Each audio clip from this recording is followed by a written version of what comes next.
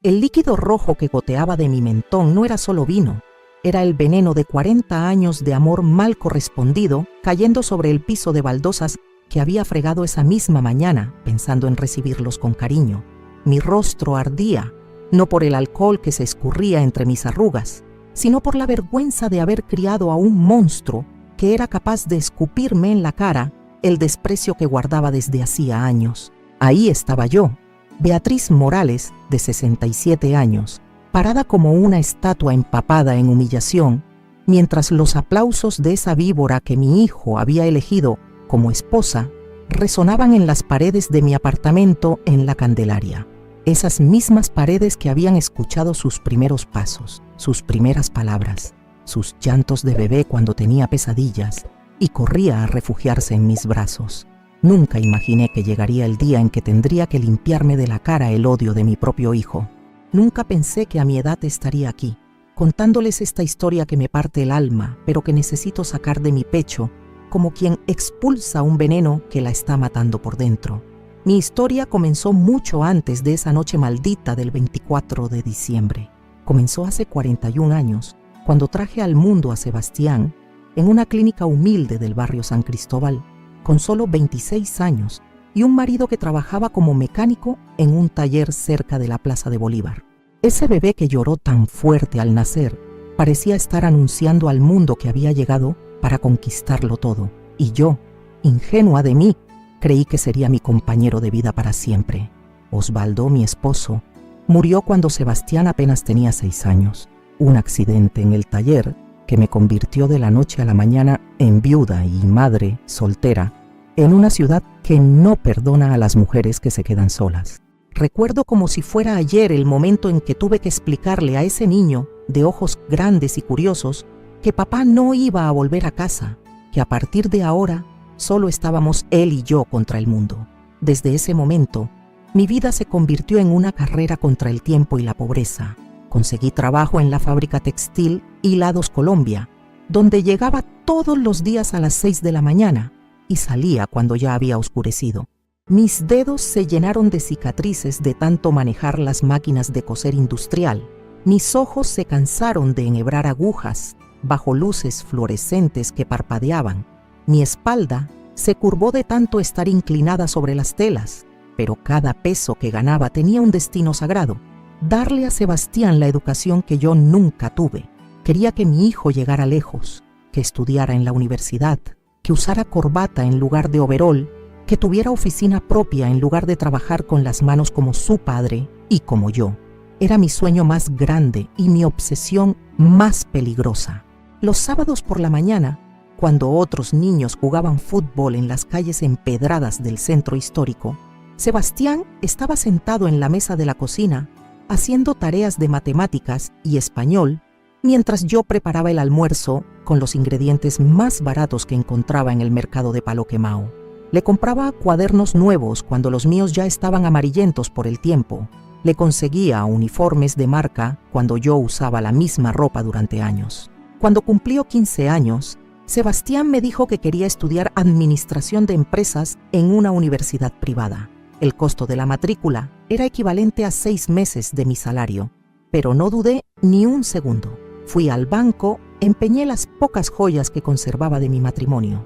Pedí préstamos que sabía que me costaría años pagar. Ver a mi hijo graduarse con honores 5 años después fue el momento más feliz de mi vida. Durante esos años universitarios, Sebastián cambió.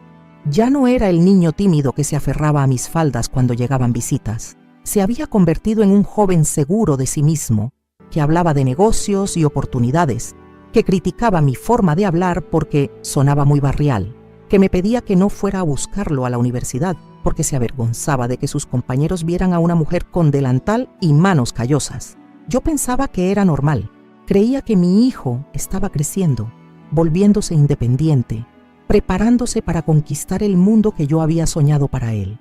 No entendía que en realidad se estaba alejando de mí, que empezaba a verme como un obstáculo para la imagen que quería proyectar de sí mismo. Cuando consiguió su primer trabajo en la aseguradora, llegó a casa con un traje nuevo y una sonrisa que no había visto desde que era niño. «Mamá», me dijo abrazándome, «por fin voy a poder darte la vida que te mereces». Esas palabras se grabaron en mi corazón como una promesa sagrada. Pensé que todos los sacrificios habían valido la pena, que finalmente íbamos a ser felices juntos. Pero el tiempo me enseñaría que hay una diferencia abismal entre agradecer y avergonzarse del pasado. Sebastián agradecía mis sacrificios con palabras, pero se avergonzaba de la mujer que los había hecho posibles. Le gustaba contar a sus nuevos amigos que había salido adelante a pesar de las circunstancias, como si yo hubiera sido una de esas circunstancias adversas que había tenido que superar. Con mi primer sueldo de empleado administrativo, me propuso que nos mudáramos a un barrio mejor al norte de la ciudad. Decía que la Candelaria ya no era segura, que una señora de mi edad no debería vivir en el centro histórico rodeada de indigentes y turistas, pero yo me negué. Este apartamento lo había comprado con mis propias manos. Cada ladrillo representaba horas extra en la fábrica. Cada baldosa era el resultado de semanas comiendo solo arepa con sal para ahorrar dinero. Además, aquí estaban todos mis recuerdos. En esa cocina pequeña pero acogedora, había preparado miles de almuerzos para mi hijo. En esa sala, había pasado noches enteras ayudándolo con las tareas del colegio. En ese cuarto había velado sus fiebres infantiles, había escuchado sus primeros secretos de adolescente, había guardado cada carta que me escribía desde la universidad, agradeciéndome por todo lo que hacía por él.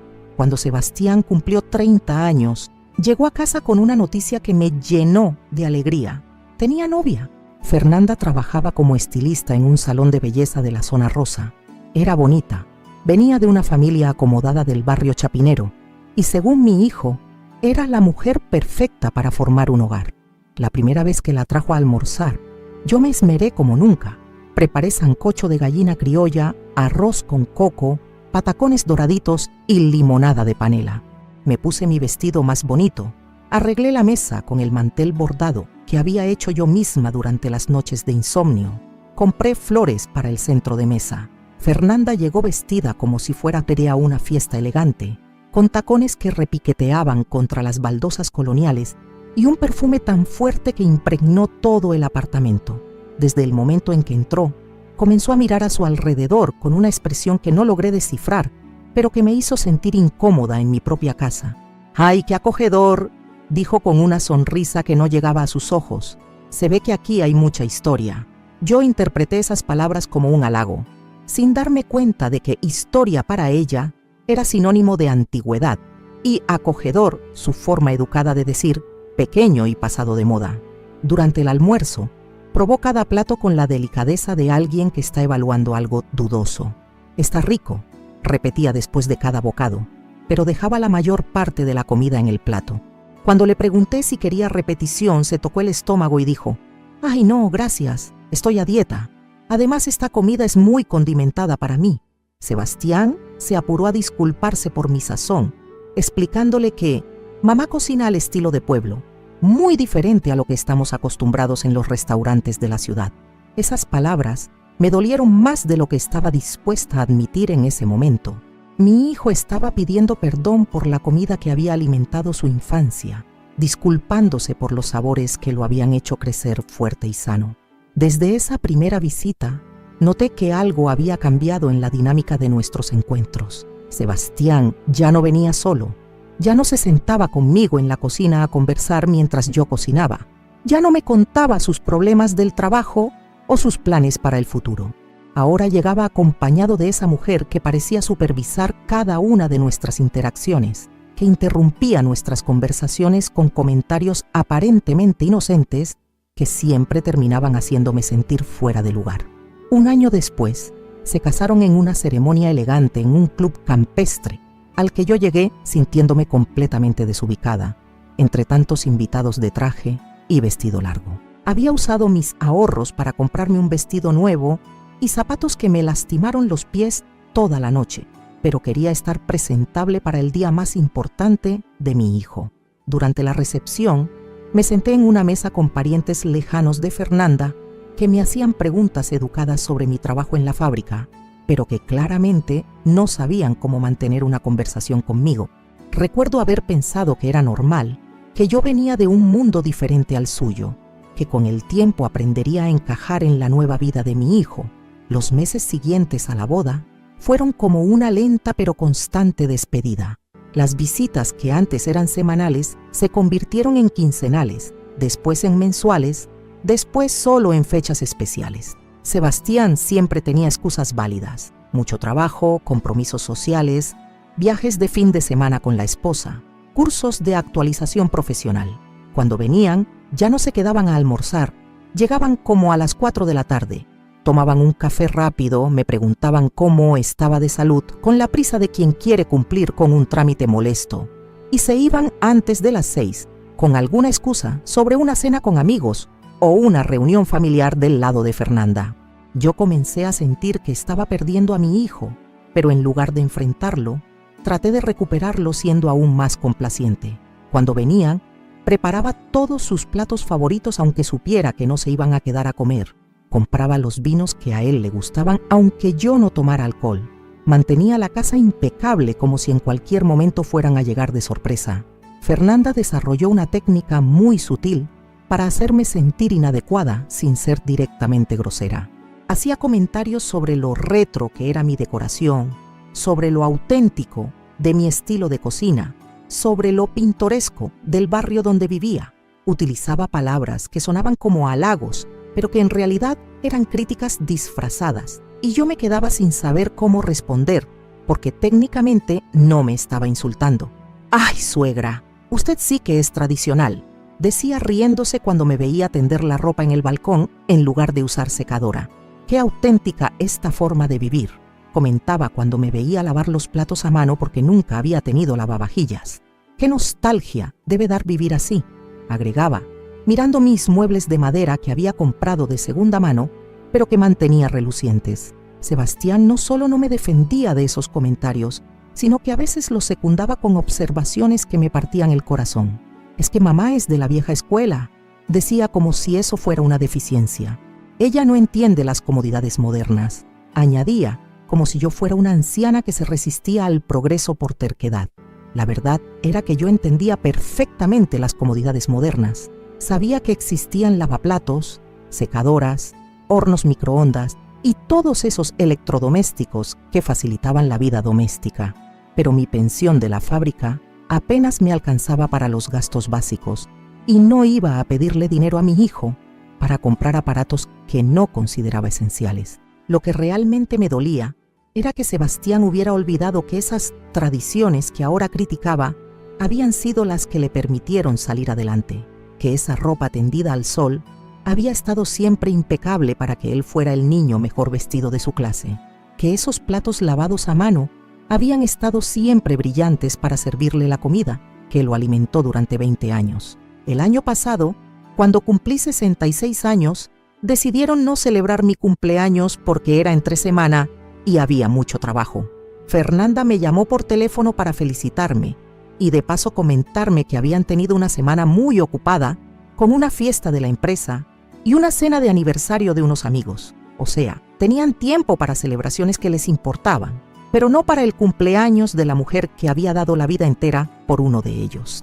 Ese día entendí que ya no era una prioridad en la vida de mi hijo, que me había convertido en una obligación molesta que había que soportar por convenciones sociales, que la mujer que había sacrificado su juventud, su salud y sus sueños para criarlo, había quedado relegada a un segundo plano detrás de una esposa que no perdía oportunidad de demostrarle que ella era más importante. Pero yo seguía aferrada a la esperanza de que todo cambiaría. Pensaba que tal vez, cuando tuvieran hijos, cuando Fernanda se convirtiera en madre, entendería lo que significa amar a un hijo por encima de todo y valoraría lo que yo había hecho por Sebastián. Imaginaba nietos corriendo por mi apartamento, llenando de risas estas paredes que cada vez escuchaban menos voces alegres. Entonces llegó este diciembre y yo decidí que esta Navidad sería diferente, que haría el esfuerzo más grande de toda mi vida para recuperar a mi hijo, para demostrarle que seguía siendo la misma mujer que lo había criado con amor, la misma cocinera que había alimentado sus sueños junto con su cuerpo. Gasté mis últimos ahorros en preparar la cena más espectacular de mi vida, convencida de que el amor se demuestra con hechos y que esos hechos terminarían por ablandar el corazón endurecido de mi primogénito. Ahora, Mientras les cuento esta historia que ustedes van a escuchar completa, sé que ustedes se preguntarán cómo una madre puede llegar al punto de permitir tanto desprecio. Tal vez piensen que fui demasiado permisiva, demasiado ciega, demasiado necesitada de amor, y puede que tengan razón.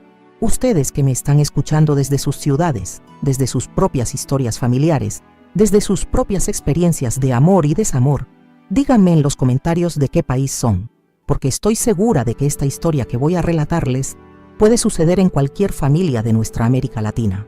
Suscríbanse al canal Abuela Recordó, porque aquí compartimos relatos reales de mujeres como yo, mujeres que han vivido, que han sufrido, que han aprendido a base de golpes lo que vale la dignidad humana.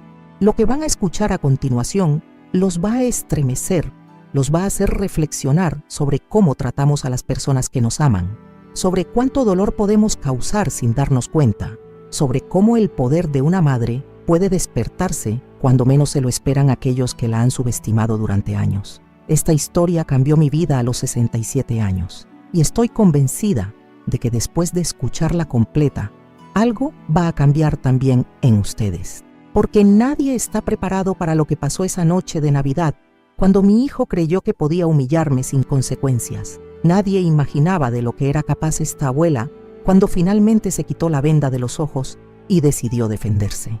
Las 2 semanas previas a esa Navidad maldita, me levanté cada día con la ilusión de una niña que espera la llegada de los Reyes Magos.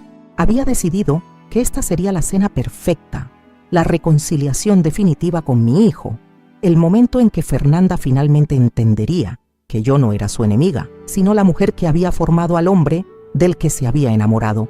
El 10 de diciembre bajé muy temprano al mercado de Palo Quemao, ese laberinto de olores y colores que conocía como la palma de mi mano después de 4 décadas comprando allí.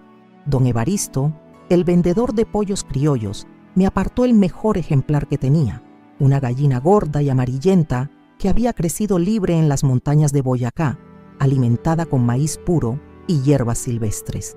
Doña Beatriz, me dijo guiñando el ojo, esta gallina va a quedar tan sabrosa que van a querer llevársela entera para sus casas. Yo me reí pensando que no sabía cuánta razón tenía, que efectivamente mi familia se llevaría mucho más de lo que imaginaba esa noche. Escogí personalmente cada verdura como si fuera una joya preciosa.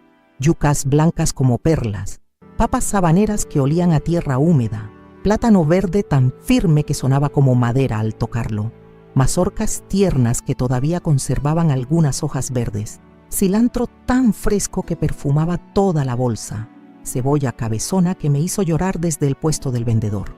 En la sección de especias, doña Carmen me preparó la mezcla secreta para el sancocho, comino tostado que ella misma molía, color que le daría ese tono dorado perfecto al caldo, ají dulce deshidratado, que aportaría el sabor sin el picante que no toleraba Sebastián desde niño. Mijita, me susurró, con estas especias hasta un sancocho de piedras quedaría delicioso. El dinero se me iba como agua entre los dedos, pero cada peso gastado me parecía una inversión en la felicidad familiar. Compré queso costeño legítimo para los buñuelos, de ese que se deshace en hebras largas y saladas cuando lo muerde uno. Aceite puro de palma para freír, no de esas mezclas baratas que dejan sabor rancio. Harina de maíz amarillo molida esa misma mañana, que todavía conservaba el aroma dulce del grano recién procesado. En la carnicería de don Ruperto, pedí huesos de cadera con mucha carne pegada, esos que sueltan todo el sabor durante horas de cocción lenta y que convierten cualquier caldo en un elixir dorado. El carnicero me los cortó con cuidado, envolvió cada pedazo en papel encerado para que no perdieran los jugos y me regaló un manojo de perejil liso porque para doña Beatriz siempre hay cortesía. De regreso a casa, subí los 8 pisos con las bolsas pesadas colgando de mis brazos, sintiendo cómo se me cortaba la respiración en el 5.º piso, pero negándome a usar el ascensor que últimamente hacía ruidos extraños. Cada escalón era un sacrificio más que estaba dispuesta a hacer por esa cena que cambiaría todo entre nosotros. Esa misma tarde, llamé a Sebastián para confirmar que vendría. Su voz sonó distante cuando contestó, como si lo hubiera interrumpido en algo importante. «Hola, mamá. ¿Qué necesitas?» «¿Qué necesitas?» Ya no era «¿Cómo estás?», «Oh, todo bien». Ahora sus llamadas estaban catalogadas automáticamente como peticiones de favores. «Solo quería saber si van a venir el 24 a cenar», le dije tratando de sonar casual, como si no fuera la pregunta más importante de mi diciembre. Hubo una pausa larga, demasiado larga para una respuesta que debería haber sido inmediata y entusiasta. Escuché murmullos de fondo, la voz de Fernanda diciendo algo que no pude distinguir. Sí, mamá, creo que sí podemos, pero no podemos quedarnos muy tarde porque tenemos otros compromisos, en Nochebuena, compromisos más importantes que cenar con la madre que le había dado la vida». Tragué saliva y fingí que esas palabras no me habían atravesado el pecho como dagas envenenadas. «Perfecto, mi amor. Voy a preparar sancocho como cuando eras pequeño y buñuelos fresquitos como te gustan». Otra pausa. «Ah, está bien, mamá. Nos vemos entonces». Y colgó sin despedirse, sin preguntar si necesitaba algo, sin un «te quiero», que antes siempre terminaba nuestras conversaciones telefónicas. Me quedé con el teléfono en la mano varios minutos, repitiendo mentalmente esa conversación tan fría, tan distante, tan diferente a las navidades de antes, cuando él mismo me llamaba preguntando qué iba a cocinar, sugiriendo postres, contándome con emoción los planes familiares. Pero sacudí la cabeza para espantar esos pensamientos negativos. Él vendría, eso era lo importante. Todo lo demás se arreglaría cuando probara mi comida y recordara cuánto lo amaba. Los días siguientes los dediqué completamente a los preparativos. Saqué del armario el mantel bordado que había hecho durante mis noches de insomnio cuando Sebastián estaba en la universidad. Cada puntada de ese mantel representaba una hora de preocupación por sus exámenes. Cada flor bordada era una oración para que le fuera bien en la vida. Lo lavé a mano con jabón neutro. Lo planché con cuidado para que no se dañaran los hilos dorados. Lo extendí sobre la mesa del comedor donde brillaba como un tesoro. Pulí cada copa de cristal con un paño suave hasta que reflejaron la luz de la lámpara como diamantes. Esas copas me las había regalado mi suegra el día de mi matrimonio, diciéndome que las usara solo en las ocasiones más especiales de mi vida. Durante años habían permanecido guardadas en la vitrina, esperando momentos que valieran la pena. Esta noche, por fin, había llegado ese momento. Bajé del closet la vajilla de porcelana blanca con pequeñas flores azules que había comprado a plazos cuando Sebastián se graduó del colegio. Cada plato me había costado 3 días de almuerzo, pero quería tener algo elegante para las celebraciones familiares importantes. La lavé pieza por pieza, verificando que no tuviera ni una sola mancha, que brillara como recién salida de la tienda. El 20 de diciembre comencé con la preparación del pollo. Lo desplumé completamente, quité cada cañoncito con pinzas de depilar, porque sabía que Fernanda era muy delicada con esas cosas. Lo lavé por dentro y por fuera con limón y sal. Lo dejé escurrir en un colador durante horas para que quedara bien seco y sin olores extraños. Esa noche preparé el adobo secreto que había aprendido de mi abuela paterna, que había llegado de Santander con una maleta llena de recetas ancestrales y el conocimiento de cómo transformar ingredientes simples en manjares memorables. Machaqué ajos frescos en el mortero de piedra hasta convertirlos en pasta, mezclé comino con sal marina gruesa, agregué pimienta negra recién molida y unas gotas de vinagre blanco. Unté el pollo completo con esa mezcla, masajeando cada centímetro de carne para que los sabores penetraran hasta los huesos. Lo envolvé en papel aluminio y lo dejé marinando en la nevera durante 2 días, volteándolo cada mañana y cada noche para que se impregnara uniformemente de todos los condimentos. El 22 comencé con las verduras. Pelé cada papa con cuidado, cortándolas en pedazos exactamente iguales para que se cocinaran de manera pareja. La yuca la raspé hasta dejarla blanca como nieve, verificando que no tuviera vetas oscuras que pudieran amargar el caldo. El plátano verde lo pelé con un cuchillo bien afilado, cortándolo en rodajas gruesas que absorberían el sabor del sancocho sin deshacerse. Preparé un sofrito como Dios manda, con cebolla blanca picadita finamente hasta que quedó transparente como cristal. Agregué tomate maduro sin cáscara ni semillas, cocinándolo hasta que se convirtió en una pasta roja y aromática que perfumó toda la cocina. El cilantro lo piqué justo antes de agregarlo para que conservara su color verde intenso y su aroma fresco. La noche del 23 no pude dormir de la emoción. Me levanté varias veces a revisar que todo estuviera en orden, que no me hubiera olvidado de nada importante. Verifiqué que las velas aromáticas funcionaran bien, que las servilletas de tela estuvieran perfectamente dobladas, que cada elemento de la mesa estuviera en su lugar exacto. A las 5 de la mañana del 24 de diciembre me levanté definitivamente. Era el día más importante de mi año, tal vez de los últimos años de mi vida.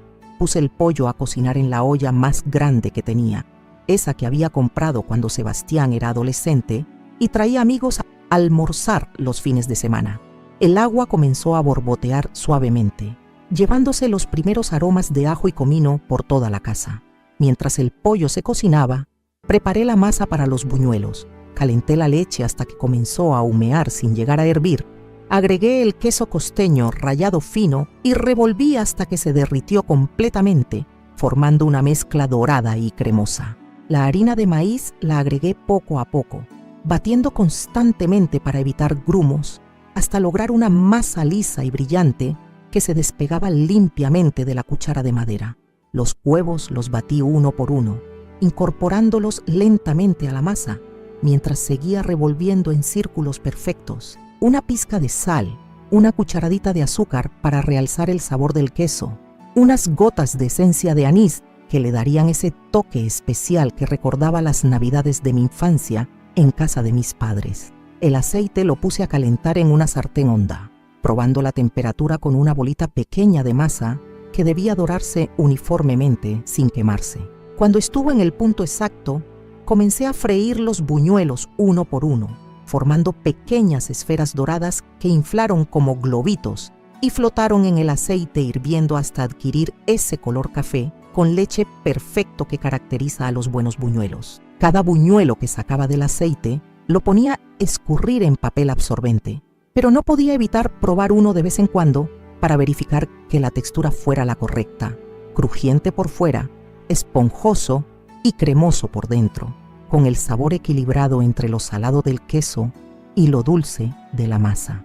A las 10 de la mañana, cuando todo el barrio ya estaba despierto y las campanas de la catedral comenzaron a tocar anunciando la víspera navideña, agregué las verduras al sancocho. Primero la yuca, que necesitaba más tiempo de cocción, después las papas, que se ablandarían gradualmente sin deshacerse, por último, el plátano verde, que le daría consistencia al caldo sin opacarlo. El aroma que salía de la cocina era una sinfonía de olores que me transportaba a mi niñez, cuando mi madre preparaba el mismo sancocho en una casa humilde del barrio San Cristóbal, y toda la familia se reunía alrededor de la mesa de madera desvencijada a compartir no solo la comida sino las historias, las risas, los planes para el año que venía. Mientras el sancocho borboteaba lentamente, me dediqué a arreglar la casa hasta que brillara como un espejo. Pasé la aspiradora por cada rincón, aunque la casa ya estaba limpia. Limpié los vidrios de las ventanas hasta que quedaron transparentes como el aire. Arreglé las plantas del balcón, regué las matas de hierbas aromáticas que cultivaba en pequeñas macetas, acomodé los cojines del sofá como si fuera a llegar una revista de decoración. En el baño cambié las toallas por unas nuevas que tenía guardadas. Puse jabón perfumado en el dispensador. Dejé todo ordenado y presentable. En mi cuarto tendí la cama con las sábanas más bonitas, aunque sabía que nadie entraría allí. Era una manía que tenía desde siempre. Cuando esperaba visitas importantes, toda la casa tenía que estar perfecta, hasta los rincones que los invitados no verían. A las 2 de la tarde me bañé con cuidado, usando el champú caro que guardaba para ocasiones especiales. Me puse la crema humectante con olor a rosas que mi nieta me había regalado en mi último cumpleaños. Me cepillé el cabello hasta que quedó suave y brillante. Me maquillé ligeramente para verme más joven y saludable. Elegí mi vestido azul marino, ese que Sebastián me había dicho una vez que me hacía ver elegante. Me puse los aretes de perlas que habían sido de mi madre, los únicos que conservaba de su pequeña colección de joyas. Un poco de perfume detrás de las orejas y en las muñecas, el mismo que usaba cuando Sebastián era pequeño y me decía que olía a mamá.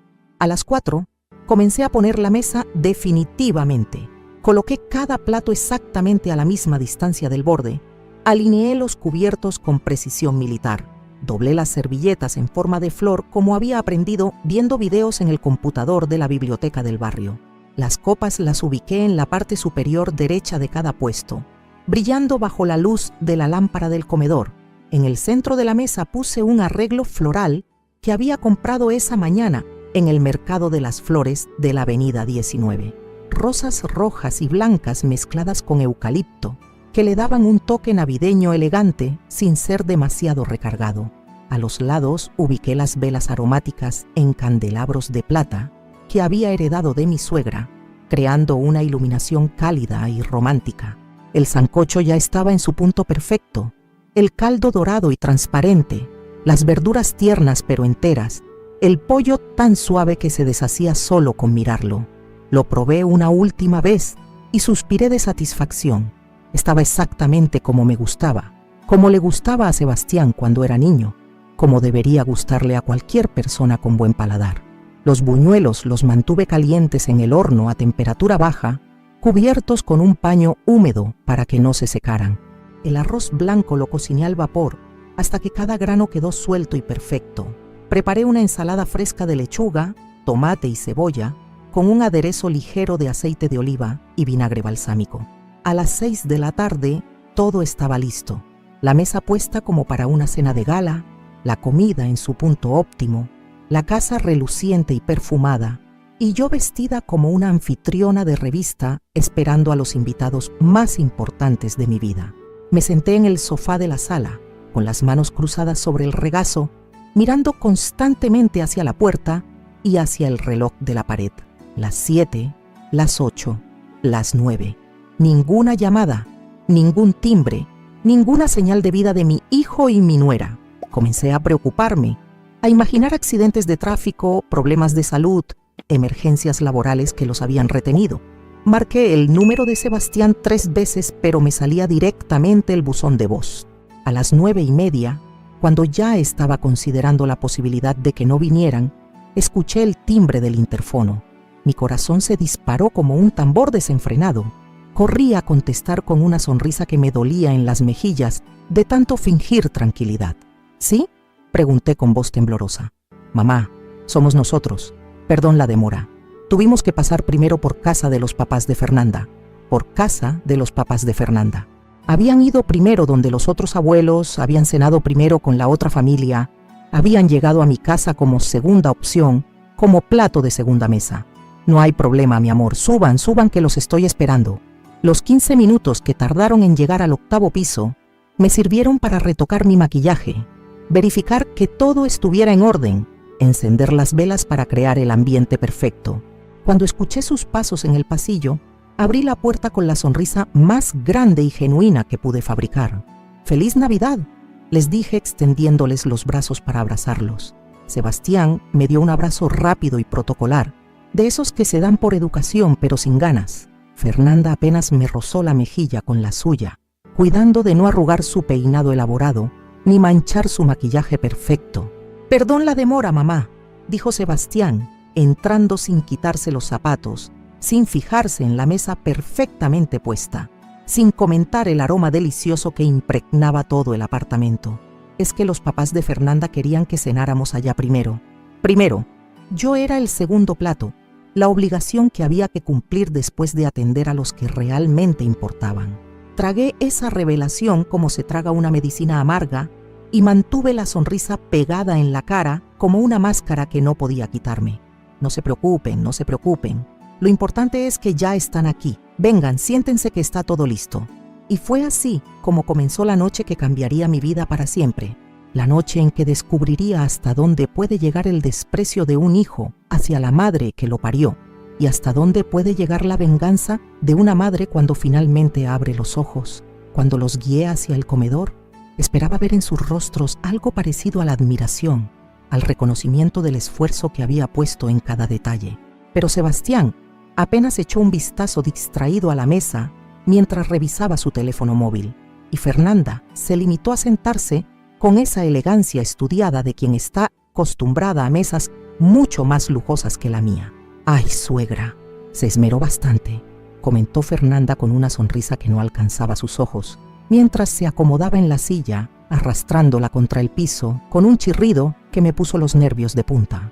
Era la clase de comentario que técnicamente sonaba como un halago, pero que llevaba implícita una crítica, como si esmerarse fuera algo excesivo, algo que delataba mi desesperación por impresionarlos. Sebastián se sentó pesadamente, como si el acto de estar allí le demandara un esfuerzo sobrehumano. Ni siquiera guardó el teléfono. Lo dejó boca abajo sobre la mesa, junto a su plato, como una advertencia silenciosa de que estaba esperando llamadas más importantes que nuestra conversación familiar. ¿Quieren que sirva ya el sancocho?, pregunté con esa voz artificialmente alegre que una desarrolla cuando trata de disimular la ansiedad. Está en el punto perfecto, bien calientito y con todo el sabor concentrado. «Dale, mamá», respondió Sebastián sin levantar la vista del dispositivo que acababa de volver a encender. Sus dedos se movían rápidamente sobre la pantalla, escribiendo mensajes que claramente consideraba más urgentes que prestarle atención a la mujer que había pasado días preparando esa cena. Me dirigí a la cocina con el corazón latiéndome tan fuerte que temía que se me notara en la voz. Este era el momento de la verdad, cuando toda mi preparación, todo mi amor maternal convertido en sabores, sería puesto a prueba. Destapé la olla grande y el vapor aromático me golpeó la cara como un abrazo tibio. El caldo había adquirido ese color dorado perfecto que solo se logra después de horas de cocción lenta, y las verduras flotaban enteras pero tiernas, conservando sus formas pero impregnadas del sabor del pollo y las especias. Serví 3 platos hondos con la precisión de una chef profesional. Primero una base generosa de arroz blanco, esponjoso y suelto como nubes. Encima coloqué un pedazo grande de pollo que se deshacía solo con el peso del cucharón, junto con papa sabanera, yuca blanca, plátano verde y mazorca tierna. Por último, bañé todo con el caldo dorado, verificando que cada porción tuviera la proporción perfecta de sólidos y líquido. Cuando regresé al comedor con el primer plato, Fernanda estaba inspeccionando una de mis copas de cristal contra la luz, como si buscara imperfecciones. La depositó en la mesa con un gesto apenas perceptible de desaprobación, como quien maneja algo que no cumple con sus estándares de calidad. «Aquí tienen», anuncié, colocando el plato humeante frente a Sebastián. «Sancocho de gallina criolla, como cuando eras pequeño y te lo comías hasta raspar el plato». Él levantó la vista del teléfono apenas lo suficiente para mirar el plato, asintió mecánicamente y volvió a sumergirse en su mundo digital. Ni un gracias, ni un se ve delicioso, ni siquiera un gesto de reconocimiento hacia el trabajo que tenía frente a él. Serví el segundo plato para Fernanda, quien observó la comida con la misma expresión que pondría un crítico gastronómico evaluando un restaurante de dudosa reputación. Tomó la cuchara como si pesara 10 kilos y removió suavemente el caldo, haciendo que los aromas se elevaran hacia su nariz.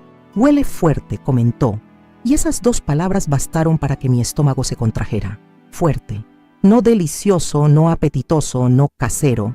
Fuerte como si fuera un defecto, como si los olores concentrados de hierbas y especias que yo consideraba una virtud fueran en realidad algo ofensivo para su delicado olfato. Me serví mi propio plato con las manos ligeramente temblorosas y me senté en mi lugar habitual, desde donde podía observar cada reacción de mis invitados. Sebastián había comenzado a comer de forma automática, llevándose cucharadas a la boca mientras mantenía los ojos fijos en la pantalla del móvil. Fernanda picoteaba microscópicas porciones con la delicadeza de un pájaro enfermo. «¿Cómo está?», pregunté después de unos minutos de silencio pesado, roto solo por el ruido de las cucharas contra la loza y el ocasional pitido del teléfono de mi hijo. «Está diferente», respondió Fernanda después de una pausa calculada. «Diferente», otra palabra aparentemente neutra que sonaba como una sentencia. «¿Diferente a qué?», me pregunté en silencio. ¿Diferente a la comida de restaurantes caros? ¿Diferente a lo que preparaba la madre de ella?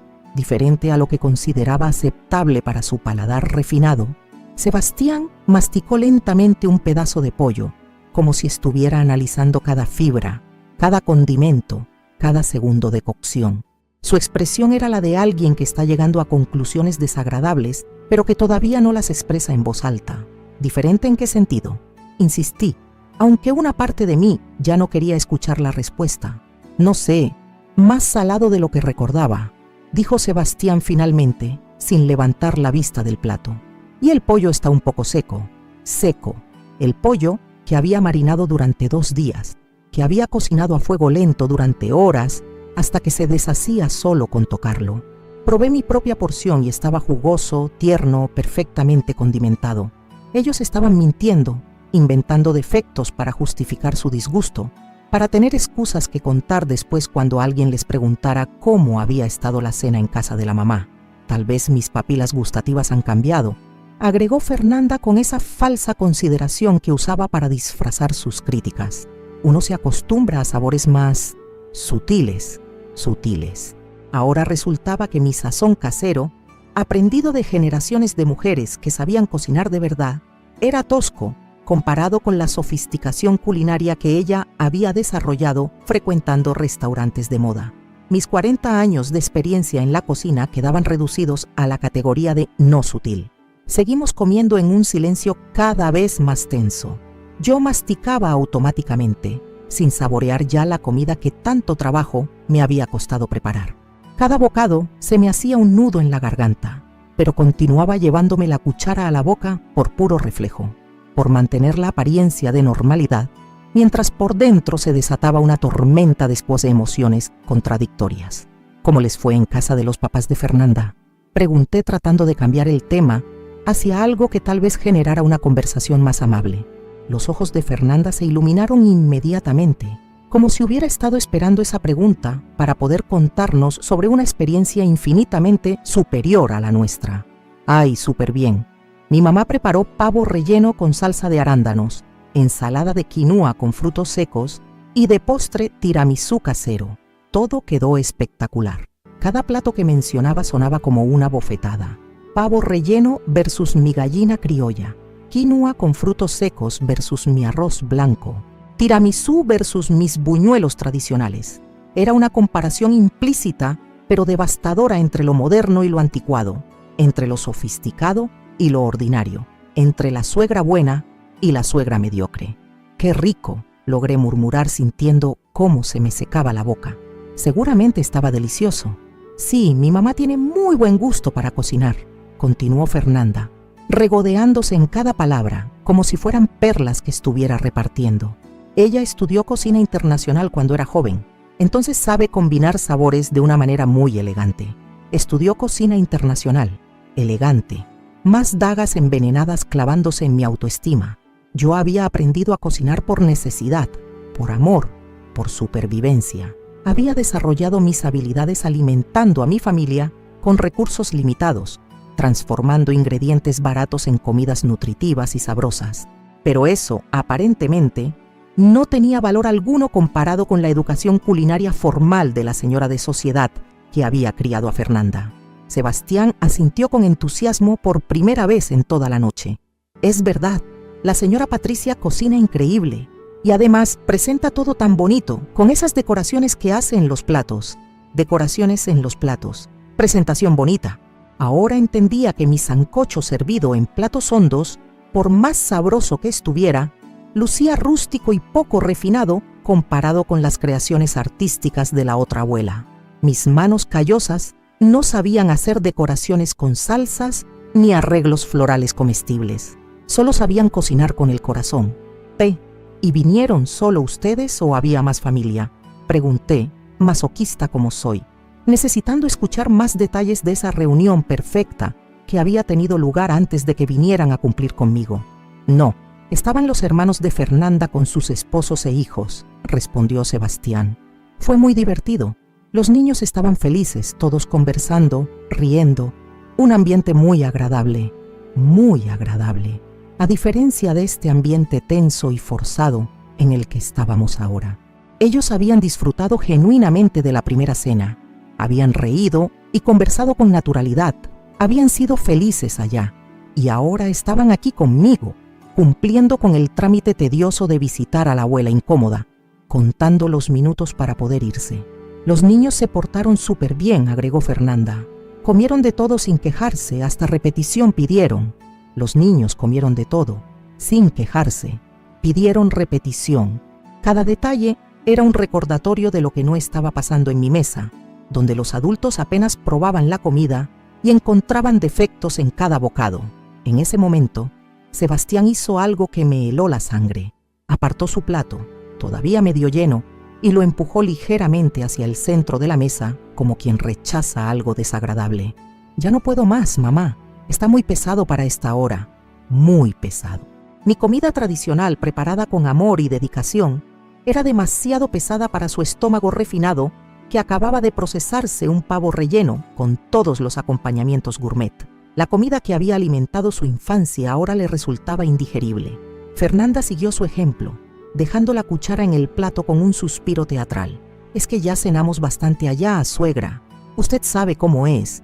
Cuando uno come mucho en el día, después no tiene espacio para más. No tiene espacio para más. Para más de lo que yo ofrecía, claro. Habían tenido espacio suficiente para todo lo que les sirvieron en la otra casa.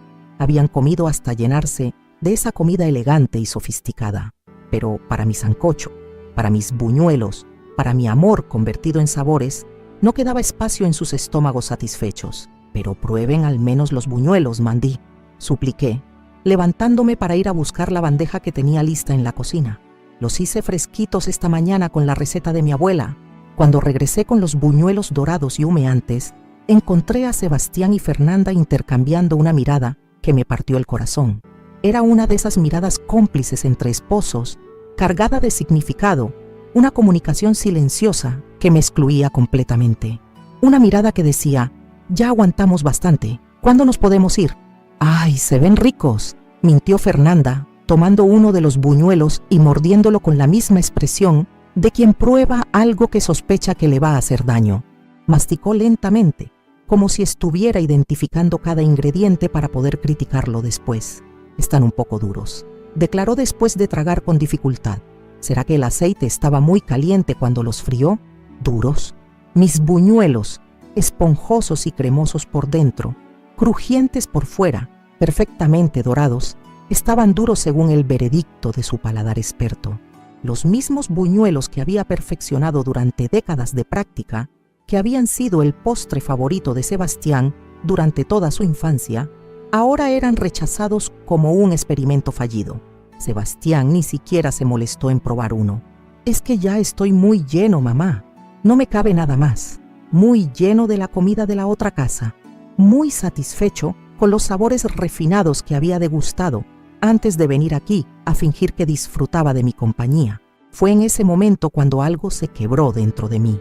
Llevaba 2 horas observando cómo despreciaban cada uno de mis esfuerzos, cómo comparaban mi mesa con otras mesas más elegantes, cómo rechazaban la comida que había preparado con tanto amor como si fuera basura que alguien les hubiera impuesto comer.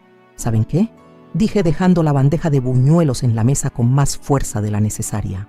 «Ustedes vinieron aquí ya llenos, ya satisfechos, ya felices por haber cenado en un lugar mejor. Vinieron a cumplir conmigo, no a disfrutar conmigo».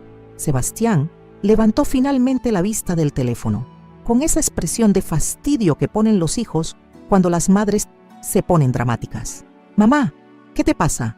Estamos cenando tranquilos». «Tranquilos tú y ella», respondí sintiendo cómo me temblaba la voz. «Yo llevo 2 horas viendo cómo critican cada cosa que les sirvo, cómo suspiran de aburrimiento, cómo esperan que esto termine para poder irse».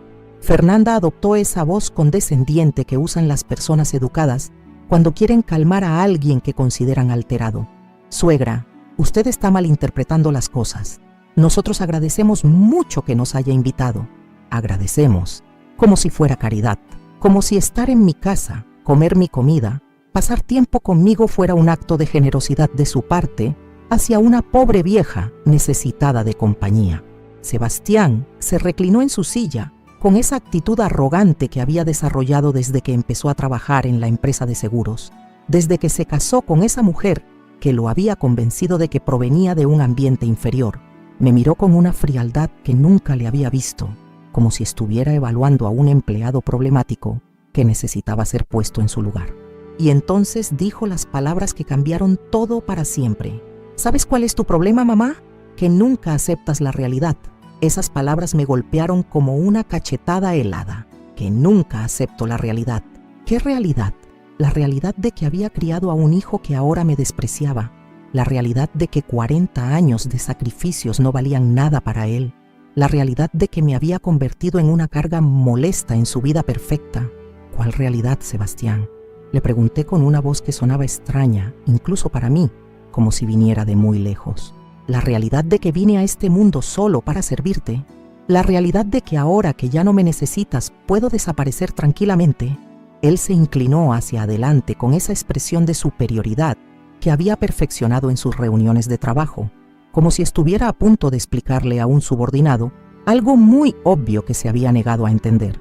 La realidad de que ya no eres el centro de mi vida, mamá. La realidad de que tengo una esposa, responsabilidades, una vida social que tú no entiendes. Fernanda asintió vigorosamente, como si fuera la psicóloga familiar que por fin había encontrado el diagnóstico correcto. Es verdad, suegra. Usted vive como si Sebastián todavía fuera un niño que necesita que le resuelvan todo. Pero él ya es un hombre casado. Un hombre casado. Como si casarse automáticamente borrara todos los años que había dedicado a formarlo. Como si el amor maternal tuviera fecha de vencimiento que expiraba en el altar. Como si yo debiera aceptar que mi papel en su vida había terminado el día que otra mujer ocupó mi lugar en su corazón.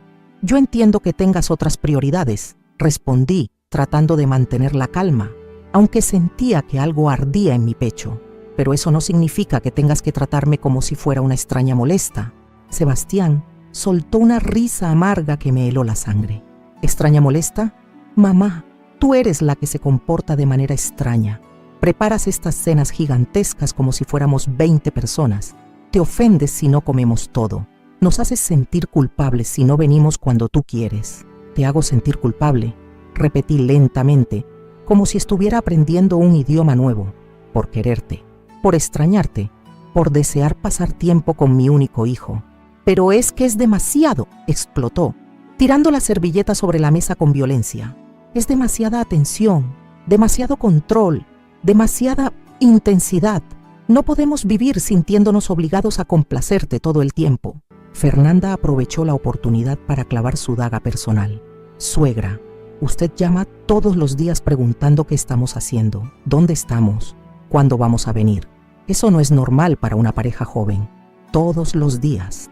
Yo llamaba porque me preocupaba por él, porque quería saber si estaba bien, si era feliz, si necesitaba algo. Pero para ellos esas llamadas eran acoso, invasión de privacidad, el comportamiento obsesivo de una madre que no sabía cuándo retirarse a un segundo plano. Yo solo quiero saber de ustedes, murmuré, sintiendo cómo se me quebraba la voz. Solo quiero que sepan que los amo.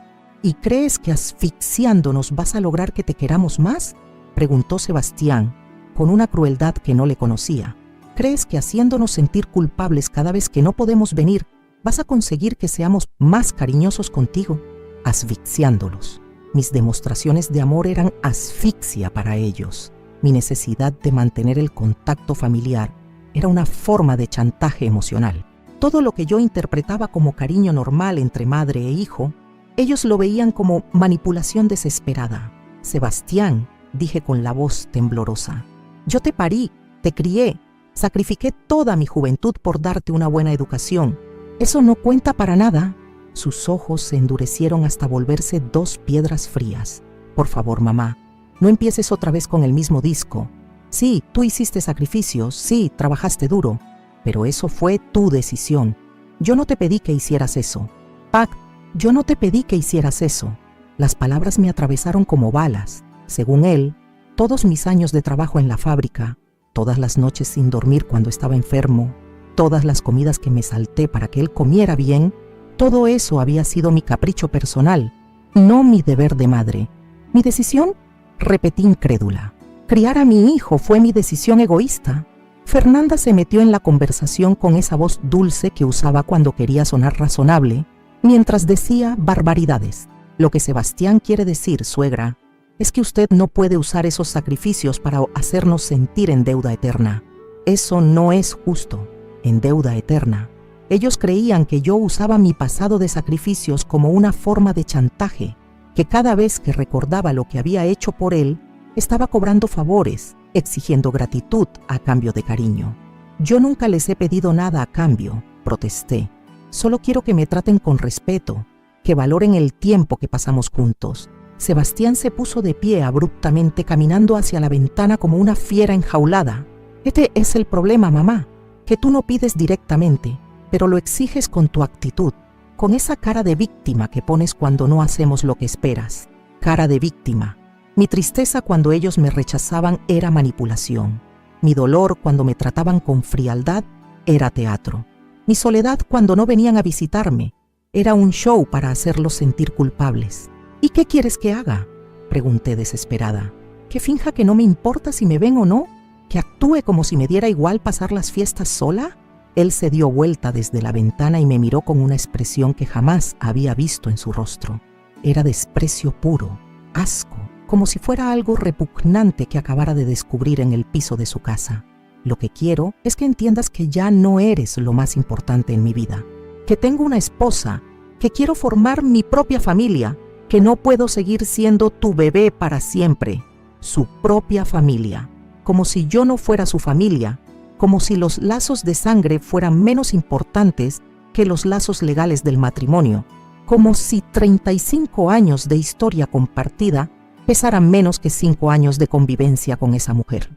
Sebastián, intenté una vez más, yo entiendo que Fernanda sea tu prioridad ahora, pero eso no significa que yo tenga que desaparecer de tu vida. Puede haber espacio para todos. Fernanda soltó una risita sarcástica. ¿Espacio para todos? Suegra, usted no entiende lo que es espacio. Usted quiere estar en todo, opinar sobre todo, enterarse de todo. Eso no es espacio, es invasión. ¿Enterarme de todo? ¿Invasión? Repetí, sintiendo cómo la rabia comenzaba a reemplazar a la tristeza en mi pecho. ¿Es invasión preguntarle a mi hijo cómo le fue en el trabajo? ¿Es invasión invitarlos a cenar? Sebastián regresó a la mesa y se sentó con esa calma forzada que adoptan las personas cuando están a punto de decir algo definitivo, algo que va a cambiar las reglas del juego para siempre. Mamá, dijo con voz pausada, creo que es hora de que tengas esta conversación. Fernanda y yo hemos estado hablando y pensamos que sería bueno que expandieras tu círculo social. Expandiera mi círculo social. Palabras en clave para búscate otros amigos porque ya no queremos lidiar contigo. Una forma educada de decirme que buscara otras personas a quien molestar con mi necesidad de afecto. ¿Mi círculo social?, pregunté. Sebastián, yo tengo 67 años. Mis amigos han muerto o están enfermos. Mi familia eres tú. Y ese es precisamente el problema, gritó perdiendo finalmente la compostura. Que nosotros somos tu única fuente de entretenimiento, que dependes completamente de nosotros para sentirte útil y querida. Fernanda aplaudió silenciosamente, como si su marido acabara de decir algo muy inteligente. Exacto. Suegra, usted necesita hobbies, actividades, tal vez un grupo de amigas de su edad. No puede esperar que seamos nosotros quienes le demos sentido a su vida. Hobbies, actividades. Como si el amor maternal fuera un pasatiempo que se podía reemplazar con clases de tejido o tardes de bingo. Como si la necesidad de estar cerca de mi hijo fuera comparable al gusto por la jardinería o el bordado. Mi sentido de vida durante 40 años fue criarte, le dije mirándolo directamente a los ojos. Perdóname si no he aprendido todavía a vivir sin ti, pero tienes que aprender, volvió a explotar.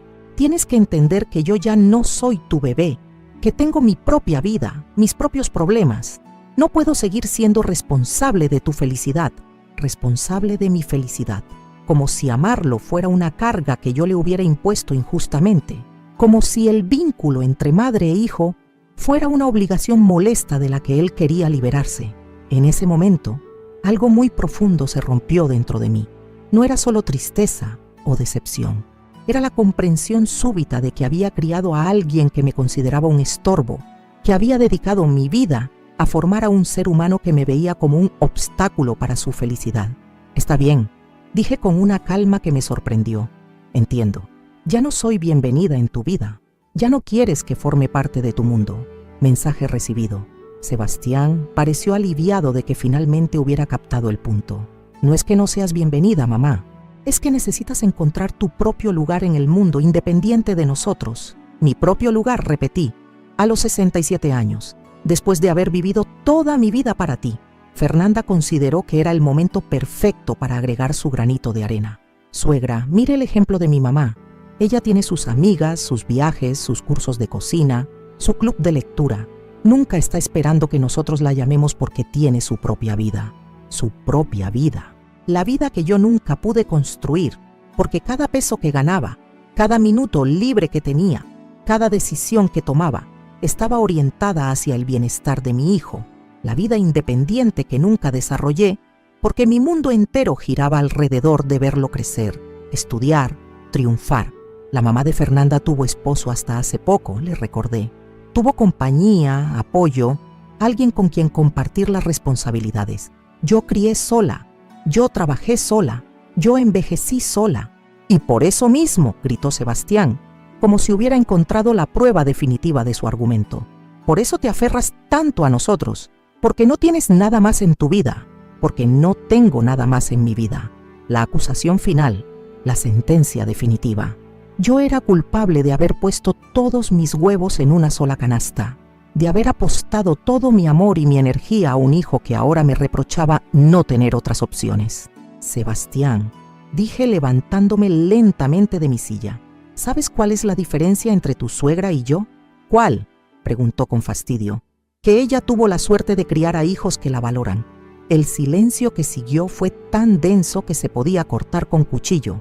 Sebastián me miró como si le hubiera dado una cachetada, y por un momento pensé que tal vez mis palabras lo habían hecho reflexionar, que tal vez había logrado llegar a algún rincón de su corazón donde todavía quedaba algo del niño que me adoraba.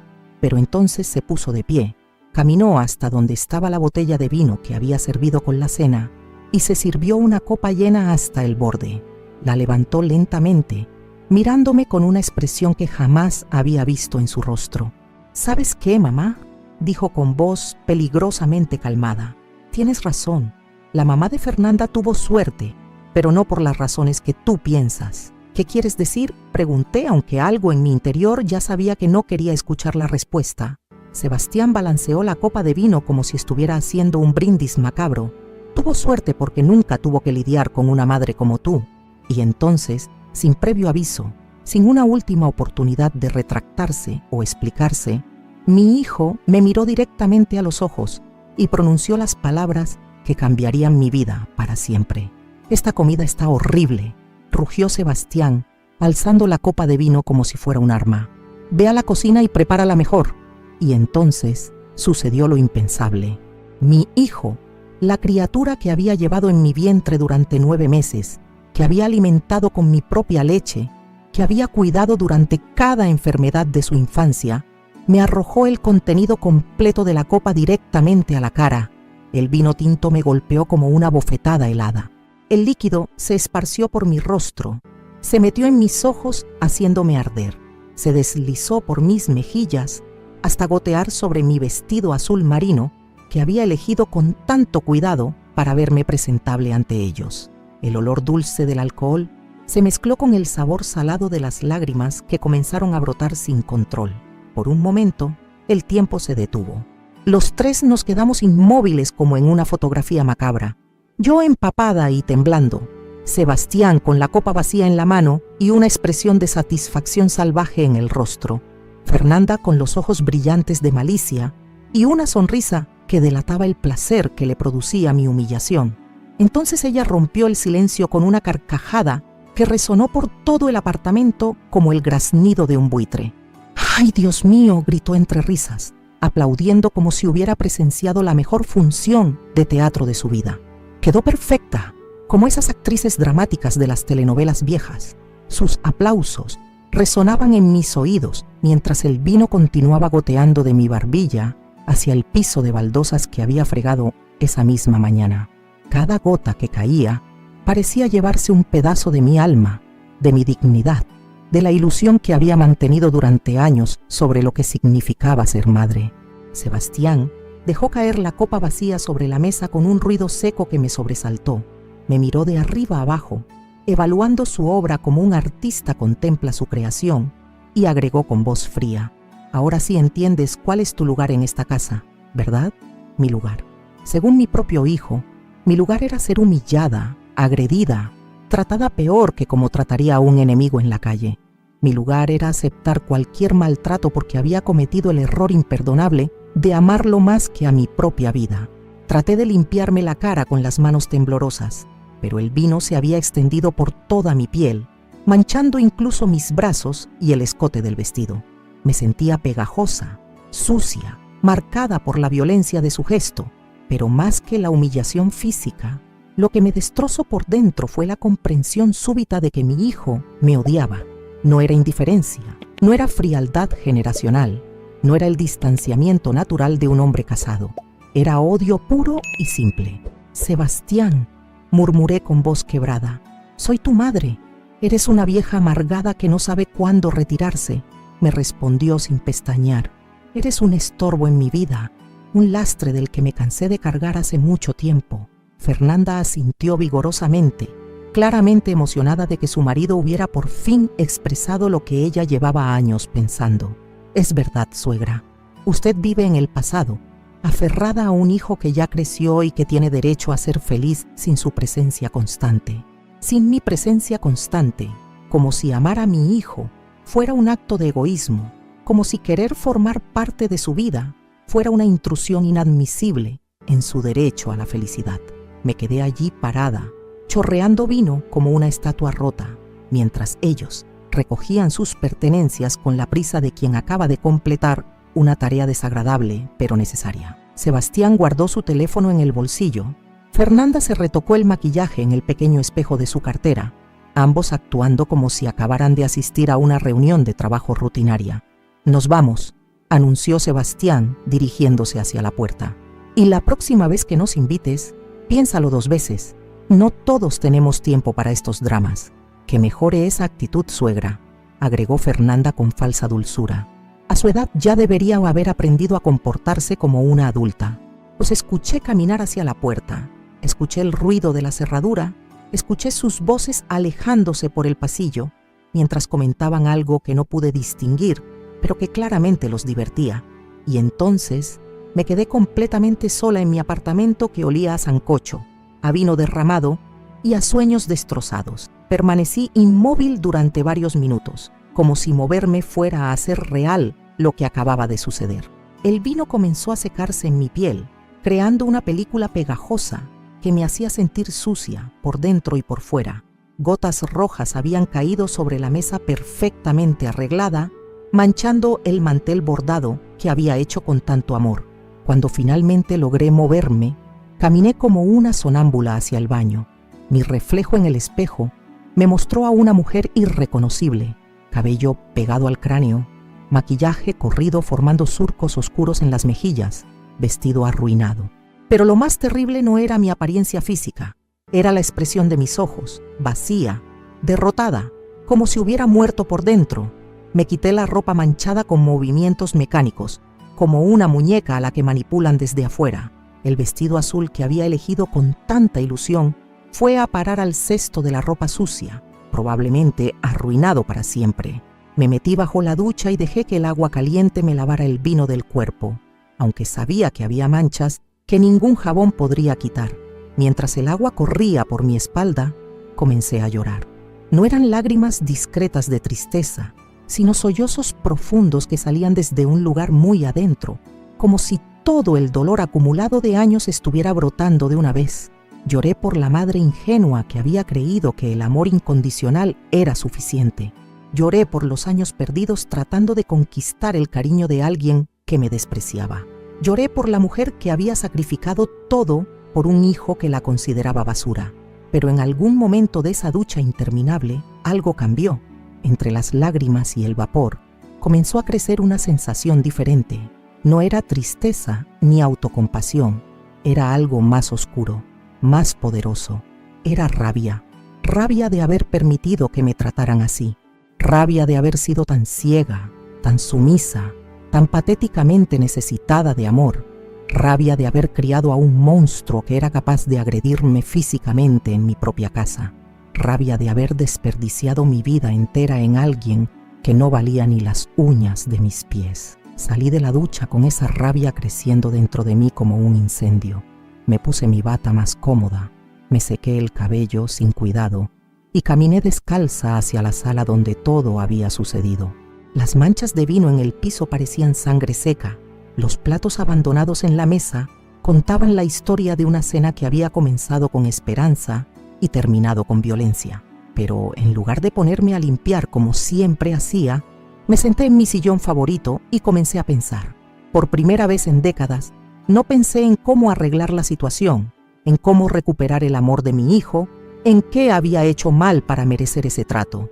Pensé en mí, en lo que yo quería, en lo que yo merecía, en lo que iba a hacer al respecto. Fui hasta mi cuarto y saqué del armario la caja donde guardaba todos mis documentos importantes: escritura de la casa, certificados de inversión, pólizas de seguros y, por último, mi testamento. Ese papel que había redactado años atrás, dejándole todo a Sebastián porque era mi único hijo hombre, porque era el que más había estudiado, porque creía que iba a cuidar de su hermana Esperanza cuando yo faltara. Leí cada línea de ese testamento como si fuera la primera vez. Dejó todos mis bienes a mi hijo Sebastián Morales. ¿Por qué? Porque tenía derecho, porque ser hombre le daba algún privilegio especial, porque haber estudiado una carrera universitaria lo convertía automáticamente en mejor persona que su hermana, Esperanza, mi hija que vivía en Medellín con su esposo Roberto y sus 2 niños. Esperanza que me llamaba todas las semanas solo para preguntarme cómo estaba, sin necesitar nada a cambio. Esperanza que venía a visitarme cada vez que podía, que se quedaba horas conversando conmigo, que traía a sus hijos para que conocieran a su abuela. Esperanza que nunca me había hecho sentir como una carga, que nunca había cuestionado mis sacrificios, que me trataba con el respeto que Sebastián había perdido hace años. Me senté en mi cama con el testamento en las manos y comencé a reírme. No era una risa alegre, sino la risa amarga de quien acaba de descubrir lo tonta que ha sido durante toda su vida. Había estado preparando mi herencia para alguien que me odiaba, que me consideraba un obstáculo, que acababa de humillarme de la forma más vil posible. A las 6 de la mañana del 25 de diciembre, cuando el sol comenzaba a filtrarse por las ventanas de mi apartamento, tomé una decisión que cambiaría todo para siempre. Me vestí con mi mejor ropa, me peiné cuidadosamente, me maquillé como si fuera a una ocasión importante, porque efectivamente iba a una ocasión importante. Iba a recuperar mi dignidad. Salí de mi apartamento y caminé las 12 cuadras hasta la notaría, que abría incluso en días festivos para emergencias.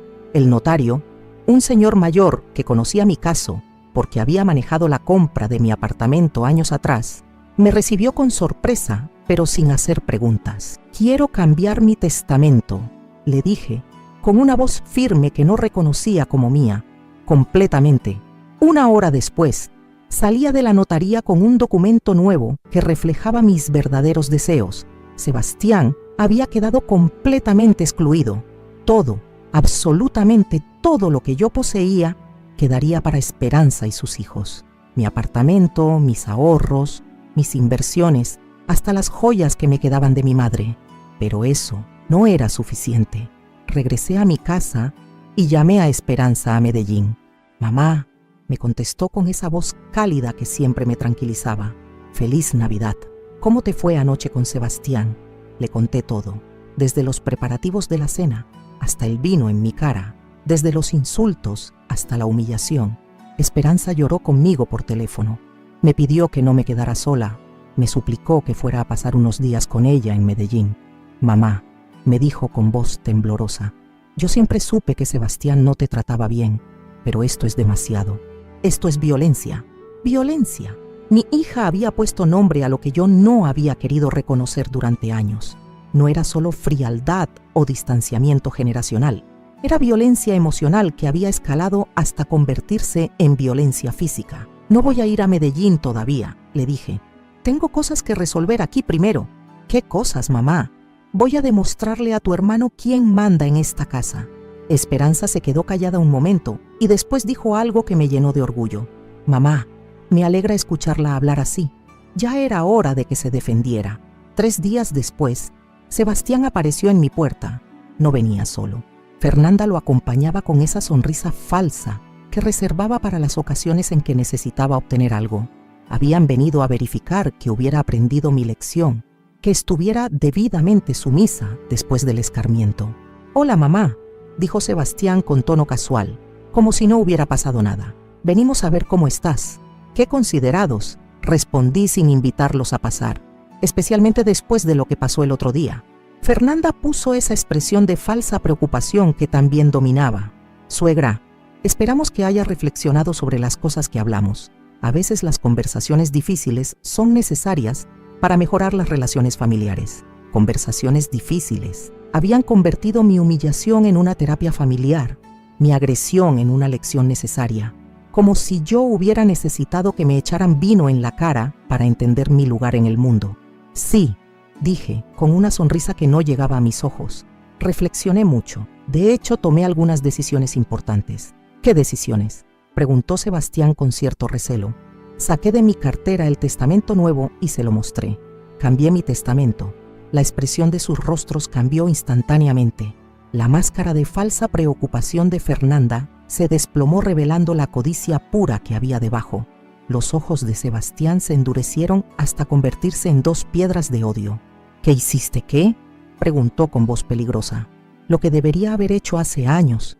Dejarle todo a alguien que realmente me quiere». Fernanda se puso pálida. «No puede hacer eso. Nosotros somos su familia. Ustedes demostraron el otro día qué tipo de familia son. Esperanza me demostró durante toda su vida qué tipo de hija es». Sebastián se acercó a mí con una agresividad que me hizo retroceder un paso. «Mira, mamá, no sé qué te dio por hacer este numerito, pero vas a revertir eso inmediatamente». «No voy a revertir nada», respondí con una firmeza que me sorprendió. «Y además, quiero que se vayan de mi casa y no vuelvan nunca más». «¿Cómo que no volvamos?», rugió Sebastián. «¿Esta es la casa de la familia?». «No», le dije mirándolo directamente a los ojos. «Esta es mi casa, comprada con mi dinero, con mi trabajo, con mi sacrificio. Y ustedes ya no son bienvenidos aquí». Fernanda intentó una última manipulación. «Suegra, usted está muy alterada. Tal vez deberíamos hablar cuando esté más calmada». «Estoy perfectamente calmada», repliqué. «Por primera vez en años estoy completamente lúcida.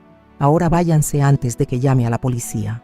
«No puedes echarnos», gritó Sebastián, perdiendo completamente los estribos. «Soy tu hijo». «Eras mi hijo», le dije con una frialdad que heló el ambiente. «El hijo que yo crié murió el otro día cuando me echó vino en la cara. Tú eres solo un extraño violento al que ya no quiero ver nunca más». Se fueron maldiciendo, amenazando con demandas legales, prometiendo que se las iba a cobrar. Pero ya no me importaba. Por primera vez en décadas me importaba más mi propia dignidad que su aprobación. Hoy, 6 meses después de esa Navidad que lo cambió todo, puedo decir que soy una mujer completamente diferente. Vivo sola, pero no solamente. Tengo la compañía constante de mi autoestima recuperada. Esperanza viene a visitarme cuando puede.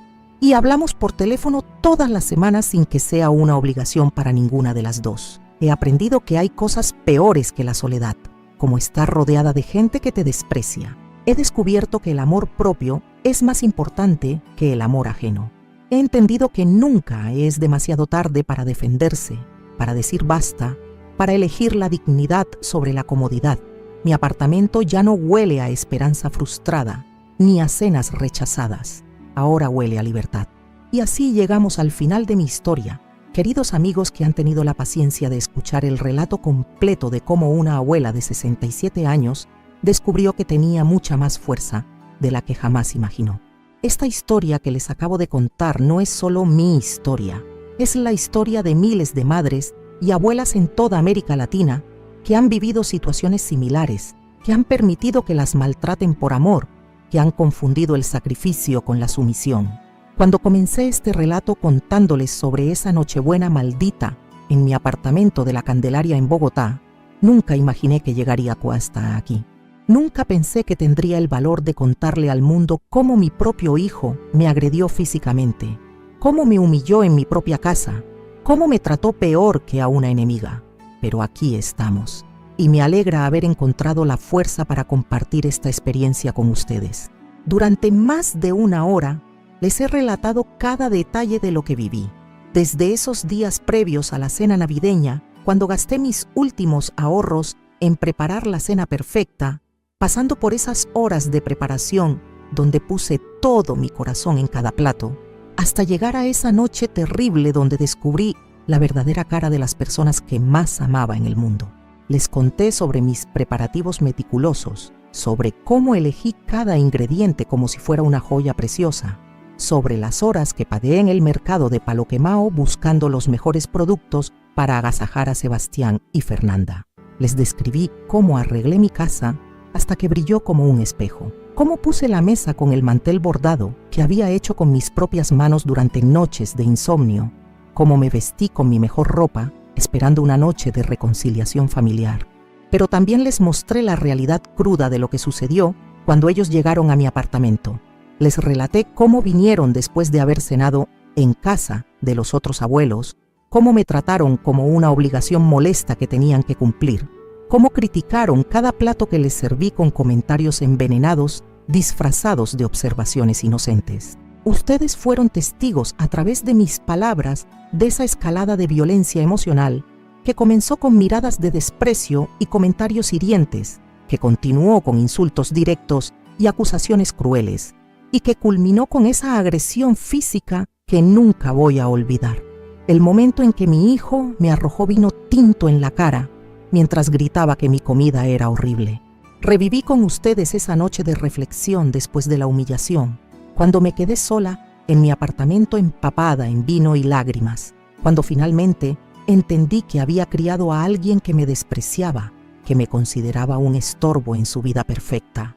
Les compartí cómo esa madrugada de Navidad desperté transformada, ya no como la madre sumisa que acepta cualquier maltrato, sino como una mujer que había decidido recuperar su dignidad. Pero lo más importante que compartí con ustedes fue mi proceso de despertar, mi descubrimiento de que tenía poder, de que esta casa era mía, de que mis bienes eran míos, de que mi vida era mía para decidir cómo vivirla. Les conté sobre esa visita a la notaría, donde cambié completamente mi testamento, excluyendo a Sebastián y dejándole todo a Esperanza, la hija que realmente me valora y me respeta. Y finalmente, ustedes fueron testigos de mi venganza, de ese momento en que enfrenté a Sebastián y Fernanda cuando vinieron a verificar que hubiera aprendido mi lección y descubrieron que en lugar de sumisión habían logrado despertar a una mujer que ya no tenía miedo de defenderse. Esta historia que ustedes acaban de escuchar es real, no es ficción, no es exageración, no es drama inventado para generar emociones. Es el relato honesto de una mujer que vivió 40 años sacrificándose por alguien que la consideraba basura y que a los 67 años encontró el valor para decir basta. Sé que muchos de ustedes se identifican con partes de mi historia. Sé que hay madres escuchando este relato que reconocen en Sebastián a sus propios hijos ingratos. Sé que hay hijas que ven en Fernanda a esas nueras tóxicas que envenenan las relaciones familiares. Sé que hay abuelas que han vivido situaciones similares de desprecio y humillación disfrazadas de amor familiar. Lo que quiero que entiendan es que nunca es demasiado tarde para cambiar. Nunca es demasiado tarde para recuperar la dignidad perdida. Nunca es demasiado tarde para decidir que merecemos respeto, que merecemos amor verdadero, que merecemos ser tratadas como seres humanos valiosos y no como cargas molestas. Durante décadas creí que ser buena madre significaba aceptar cualquier comportamiento de mi hijo, que el amor maternal tenía que ser incondicional hasta el punto de permitir el maltrato. Pensaba que protestar por el maltrato me convertiría en una madre egoísta, que exigir respeto era una forma de chantaje emocional, que mi papel era dar sin recibir nada a cambio. Estaba completamente equivocada. El amor verdadero no acepta la violencia. El amor auténtico no permite la humillación. El amor real no tolera el desprecio. Cuando alguien te ama de verdad, te trata con cuidado, te habla con respeto, valora tu presencia en su vida. Todo lo demás es manipulación disfrazada de amor. Mi historia también es un mensaje para todos esos hijos adultos que han olvidado lo que sus madres hicieron por ellos. Es un recordatorio de que esas mujeres que ahora consideran molestas fueron las mismas que sacrificaron su juventud, su salud, sus sueños para darles una vida mejor. Es una advertencia de que el tiempo no es infinito, de que las oportunidades de demostrar amor y gratitud se agotan, de que cuando una madre dice basta, puede ser para siempre. No estoy promoviendo la venganza ni el rencor. Estoy promoviendo la dignidad. Estoy promoviendo el autorrespeto. Estoy promoviendo la idea de que todas las personas, sin importar su edad, sin importar su relación familiar, merecen ser tratadas con consideración básica. La lección más importante que aprendí y que quiero transmitirles es que la soledad elegida con dignidad es infinitamente mejor que la compañía tóxica, que estar rodeada de personas que te desprecian es más doloroso que estar sola pero en paz contigo misma, que el amor propio es la base de cualquier relación sana, incluyendo las relaciones familiares. Hoy, 6 meses después de esos eventos que cambiaron mi vida para siempre, puedo decirles que soy una mujer completamente diferente. Despierto cada mañana sin ansiedad, sin preguntarme si alguien me va a llamar para criticarme, sin tener que fingir que estoy bien cuando no lo estoy. Mi apartamento en La Candelaria es ahora un refugio de paz donde solo entran personas que me respetan y me valoran. Mi relación con Esperanza se ha fortalecido enormemente. Ahora nuestras conversaciones telefónicas son genuinas, no forzadas. Cuando viene a visitarme desde Medellín, disfruta realmente de mi compañía, come mi comida con placer auténtico, me trata como a la madre que merezco ser tratada. Sus hijos, mis nietos, han aprendido a valorar a su abuela, y yo he aprendido a disfrutar del amor sincero sin necesidad de mendigarlo. En cuanto a Sebastián y Fernanda, no he vuelto a saber de ellos. Al principio intentaron algunos acercamientos a través de terceros, enviaron mensajes con parientes lejanos tratando de arreglar las cosas, pero mi respuesta siempre ha sido la misma. Cuando alguien te agrede físicamente, cuando alguien te humilla deliberadamente, cuando alguien te demuestra con hechos que te desprecia, no hay vuelta atrás. Algunas personas me han criticado por mi decisión. Me han dicho que soy muy dura, que debería perdonar porque es mi hijo, que las familias deben mantenerse unidas sin importar lo que pase. Pero yo les respondo que la familia verdadera no humilla, no agrede, no maltrata. La sangre no da derecho a lastimar. El parentesco no es una licencia para el abuso. He aprendido también que cambiar mi testamento no fue un acto de venganza, sino de justicia. ¿Por qué iba a dejarle mis bienes a alguien que me consideraba basura? ¿Por qué iba a premiar con una herencia a quien me trataba con desprecio? Mis posesiones van a ir a parar a manos de quien realmente me ama, de quien me ha demostrado respeto y consideración a lo largo de los años. Esta decisión me ha dado una tranquilidad mental que no había experimentado en décadas. Ya no vivo preocupada por complacer a personas que no se pueden complacer. Ya no gasto mi energía tratando de conquistar amor donde solo hay indiferencia y desdén. Ya no mendigo migajas de cariño de personas que me ven como una carga. Ahora quiero dirigirme directamente a ustedes, que han tenido la gentileza de escuchar mi historia completa. Primero, quiero pedirles que se suscriban al canal Abuela. Recordó si esta historia los tocó de alguna manera, si sintieron que mi experiencia los hizo reflexionar sobre sus propias relaciones familiares, si creen que otras personas necesitan escuchar este mensaje. Este canal existe para contar historias reales como la mía, historias de mujeres que han vivido, que han sufrido, que han aprendido lecciones dolorosas pero valiosas sobre la vida, el amor y la dignidad. Cada historia que compartimos aquí representa horas de trabajo, de investigación, de preparación para llegarles con contenido que realmente valga la pena. Por favor, denle like a este video. Ese simple clic nos ayuda enormemente a que más personas encuentren estas historias. Cada like es una forma de decir que el contenido les gustó, que lo consideran valioso, que quieren que llegue a más gente que pueda necesitar escuchar estos mensajes. Pero más importante aún, comenten. Quiero leer cada uno de sus comentarios. Quiero saber si han pasado por situaciones similares a la mía. Quiero conocer sus propias historias de superación, sus propios momentos de despertar, sus propias decisiones valientes. Díganme de qué país son, porque estoy segura de que esta experiencia que viví trasciende fronteras y se repite en hogares de toda América Latina. Comenten también si conocen a alguien que esté pasando por una situación parecida. Tal vez compartan este video con esa madre que está siendo maltratada por hijos ingratos, con esa abuela que acepta humillaciones por miedo a la soledad, con esa mujer que necesita escuchar que nunca es tarde para defenderse. Sus comentarios son combustible para nuestro trabajo. Cada palabra que escriben, cada experiencia que comparten, cada reflexión que nos hacen llegar, nos motiva a seguir creando contenido que realmente importe, que realmente toque vidas, que realmente ayude a las personas a encontrar su propia fuerza. También les pido que vean otros videos de Abuela Recordó.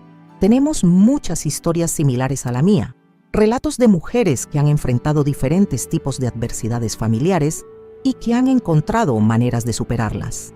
Cada historia es única, pero todas comparten el mismo mensaje.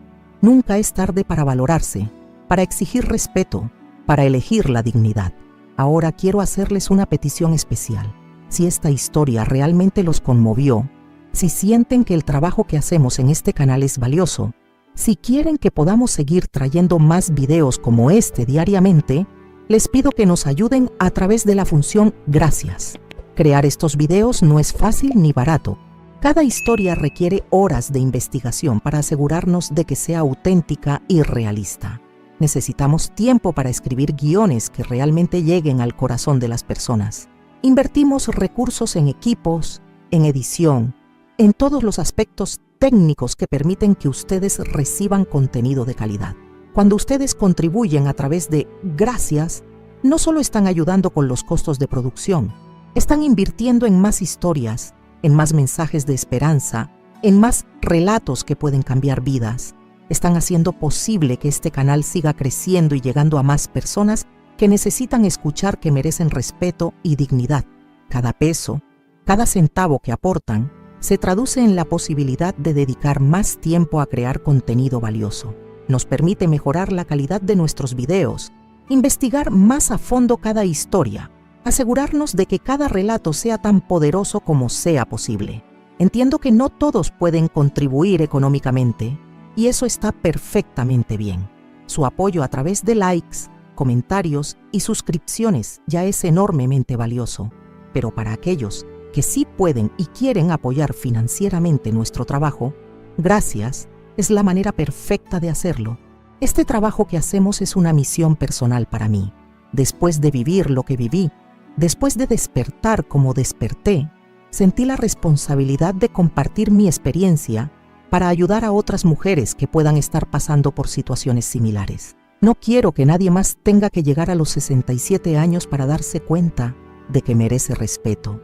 Cada video que subimos, cada historia que contamos, cada mensaje que transmitimos, está diseñado para llegar a esa mujer que cree que no tiene opciones, a esa madre que piensa que debe aceptar cualquier maltrato, a esa abuela que se ha resignado a ser tratada como una carga. Queremos que entiendan que siempre hay alternativas, que nunca es tarde para cambiar, que la dignidad no tiene edad de vencimiento. Queremos ser esa voz que les dice que merecen amor verdadero, respeto genuino, relaciones que las hagan sentir valiosas. Por eso les pido su apoyo completo. Suscríbanse, comenten, den like, vean otros videos y si pueden, ayúdennos económicamente. Juntos podemos crear una comunidad de personas que se apoyan mutuamente, que comparten sus experiencias, que se fortalecen a través de historias como la mía. Recuerden siempre que ustedes valen mucho, que merecen ser tratados con respeto sin importar su edad, su situación familiar, sus circunstancias económicas, que el amor verdadero no lastima, no humilla, no destruye, que nunca es tarde para decir basta, para elegir la dignidad, para valorarse a sí mismos. Gracias por haberme acompañado en este relato doloroso pero liberador.